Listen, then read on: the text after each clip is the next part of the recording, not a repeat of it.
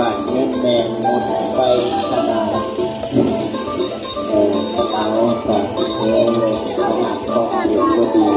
ต้องขอให้ดีดีในการ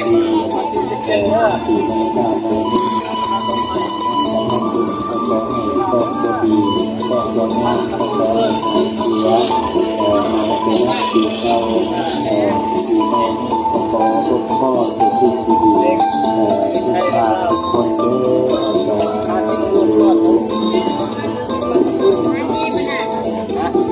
สวัสดีทุกคนเนาะวันนี้ก็สิพาทุกคนไปทำบุญอยู่บ้านดงคำสร้างแล้วก็วัดดงคำสร้างเนี่ย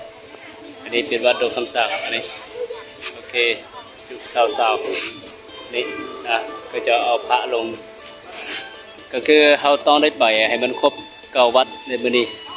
เอาเป็นได้ก็ไปติดตามไปนำกันเลยทุกคนโอเค let's go อันนี้เราก็เตรียมน้ำมัน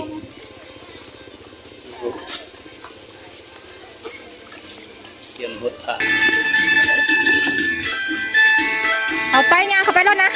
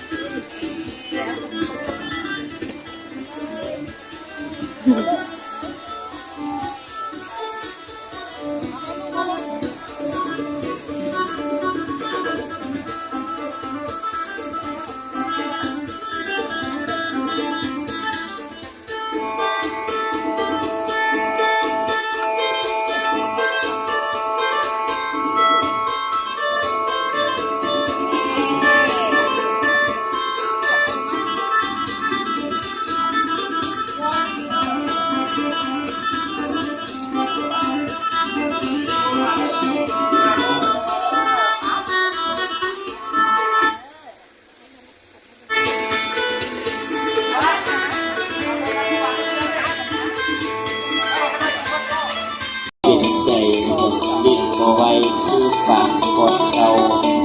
ว่าตัวเราโบไก่โบมาการนั่งว่าวัดเกิบแด่วัดเกิบแด่ที่คือเขาอีหลีที่คือโบแลนบ้านเงินแมนหมดไปขนาดเอาแต่เลยขนาดก็เดียวก็ดีต้องขอให้ดีดีในการในก็จะดีก็จะงานก็จะเสียเป็นนักดีเราดีแม่ก็ขอทุกข้อทุกสิ่งดีๆทุกการทุกคนเด้อ